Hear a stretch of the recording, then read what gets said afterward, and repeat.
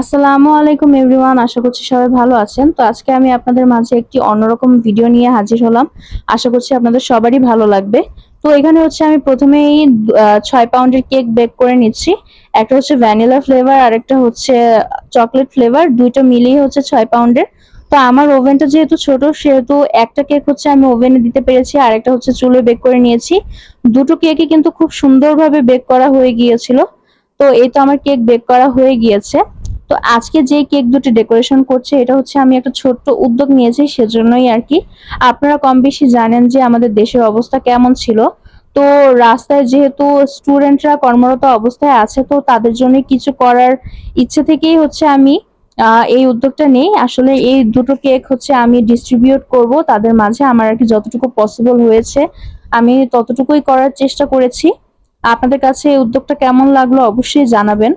তো একদম সিম্পলের মধ্যেই আমি কেক দুটো করছি, কেননা হচ্ছে এটা যেহেতু আমি কাট করে তারপর ডিস্ট্রিবিউট করব সেজন্য হচ্ছে বেশি ডেকোরেশন করে কোনো লাভ নেই। তারপরে হচ্ছে যেন একদম খালি না থাকে সেজন্য আমি একদম সিম্পলের মধ্যে একটা নজল দিয়ে ডেকোরেশন করেছি। তো প্রথমটা হচ্ছে প্রিমিয়াম ভ্যানিলা কেক, যেটা আমি আমার পেজে সেল করে থাকি সেটা। আর উপরে বেশি করে হচ্ছে হোয়াইট চকলেট চিপস দিয়ে নিচ্ছি। আর আরেকটা যেটা সেটাও সেম ডেকোরেশন করব, জাস্ট ওটা হচ্ছে চকলেট কেক। ওটার উপরে এরকম একটা নজল দিয়ে ডেকোরেশন করব আর হচ্ছে চকলেট চিপস দিয়ে দেব।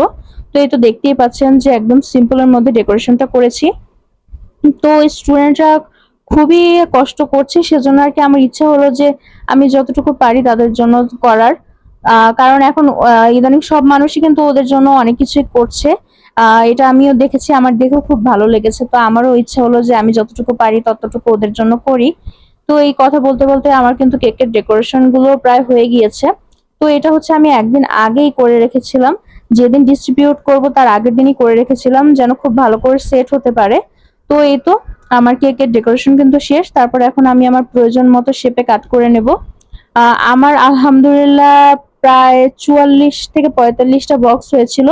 আমি আলহামদুলিল্লাহ 44-45 জনকে কেক গুলো দিতে পেরেছিলাম। তো আমি এক একটা আহ যে বক্সে করে দিয়েছি, দুটো বক্সে হচ্ছে দুইটা ফ্লেভারেরই 2 পিস করে কেক দিয়েছি। সাথে হচ্ছে আমি ড্রিঙ্কসও দিয়েছিলাম, সেটা আপনাদের পরে দেখাবো।